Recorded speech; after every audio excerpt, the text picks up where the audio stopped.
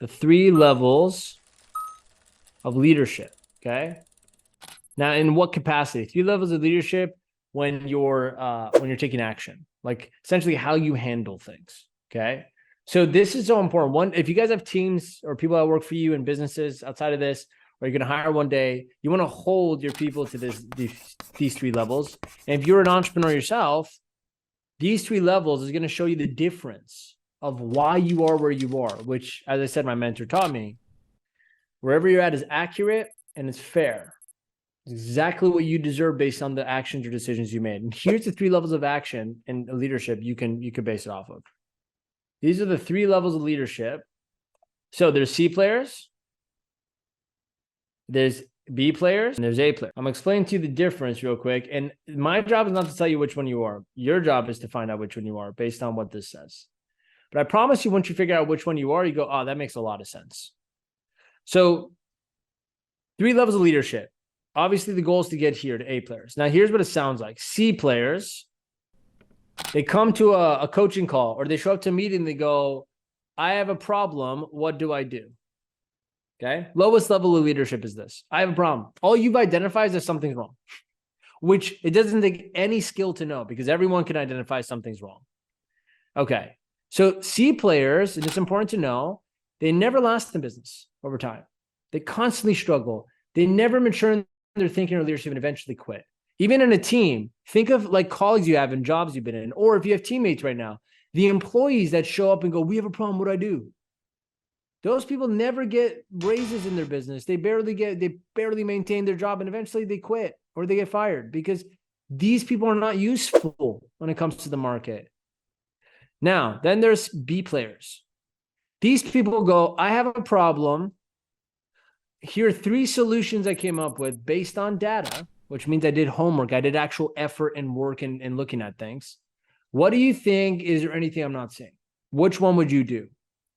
See, and in a team, in an employee standpoint, they would also show up and go, we have a problem. Here's 3 solutions I came up with.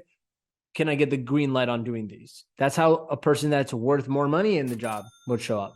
B players, they manage to keep their business running. That's good. They make good money and they grow eventually over time.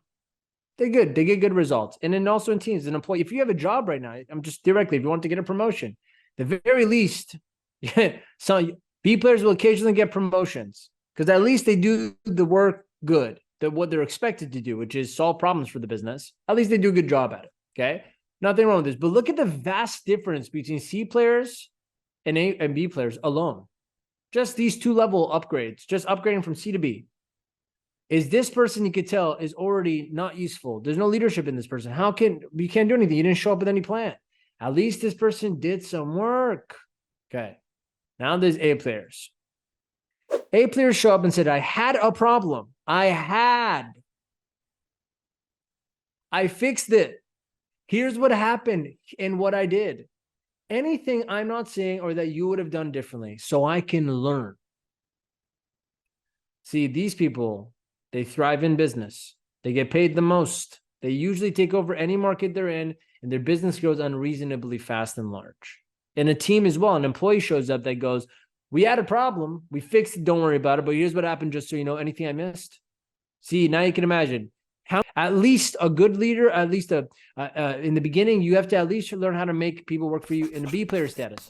And by the way, this is up to you as a leader. If you have a team, you have to set the objectives, set standards so that they show up and act like this. If you're always micromanaging them, this is the only thing they'll ever do because they realize you have solutions for everything because you never let them, you never grow them, you never build them, you never give them the space to grow into leadership, to think for themselves, to help create solutions. But obviously the end goal is to get to A player mode, A plus player mode, which is the person who usually figures it out. It's all up here and in the practice of it. And so in business, when you guys, like I'm sharing this with you, when you come on a coaching call with me, I'm not going to tell you which one you are. You tell yourself which one you are. See how you show up. Do you show up in C, B, or A player? Based on that, I promise you the difference of your income is going to be explained. I have elite people that come up. They're making money. Business is going. They're always successful, always positive. They show up like this, or they show up at least like a B plus player, meaning they've already tried some things, but they had a couple more things they wanted my opinion on. B plus players, like they almost fix it all by themselves without ever talking. without ever asking. And they only come to learn. My top millionaires that I created, and I say I created, I helped them. The kids like Paul, like Eric and Ryan, Isa, Matt, they came in here. They were never making $1 million. They put $1 million cash. Some of them put multiple $1 million cash in their bank after expenses. I promise you this main difference between them and everyone else I've ever worked with, and there's just 4. There's about a dozen people we've crossed into the $1 million mark. Almost all of them always showed up like this. I was learning from them. I'd get on calls and they'd be like, yeah, we figured this out. We came up with this strategy. I'm like, wow, that's really interesting. That's awesome. How can we learn that? They would start teaching me almost to some degree. By the way, good employee in your business is teaching you about their job. You don't teach them. That's how you know you hire someone good. But usually those people cost good money. But in this case, if this way is worth it, as one A player can do 10 C players' jobs and 5 B players' job alone. Now, why am I telling you this? Okay.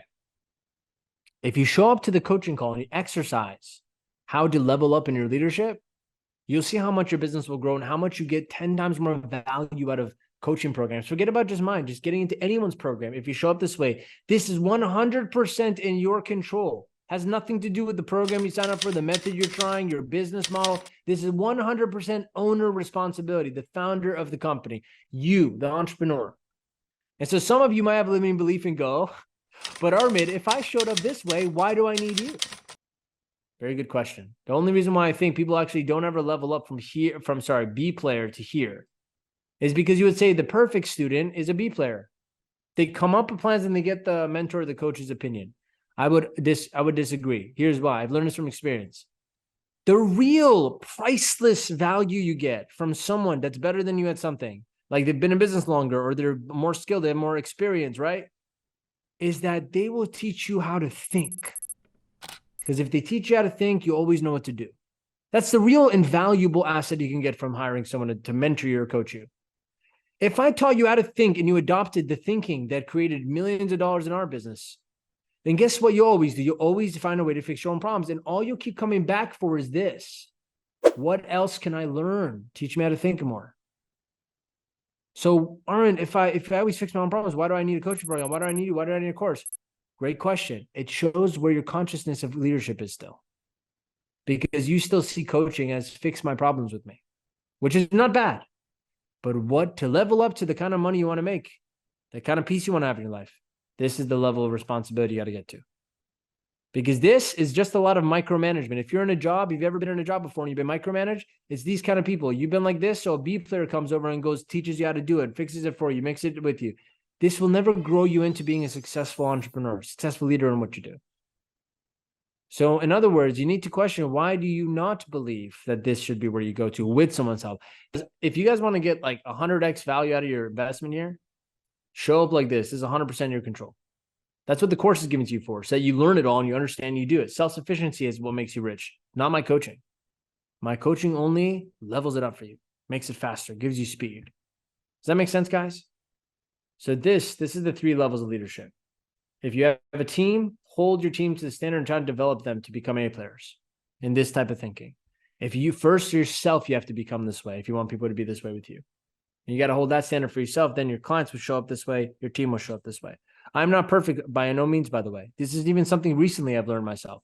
I'm now only starting to do this. I show up to my own team meetings with agendas for myself before. I always prepare before meetings. I never used to do that. Now I sit down, I prepare before meetings. I create my questions in it. I have my objectives. I think through why I'm thinking things. I try to figure a few things out on how to solve it before I even show up. I ask myself, how do I want to show up in this meeting?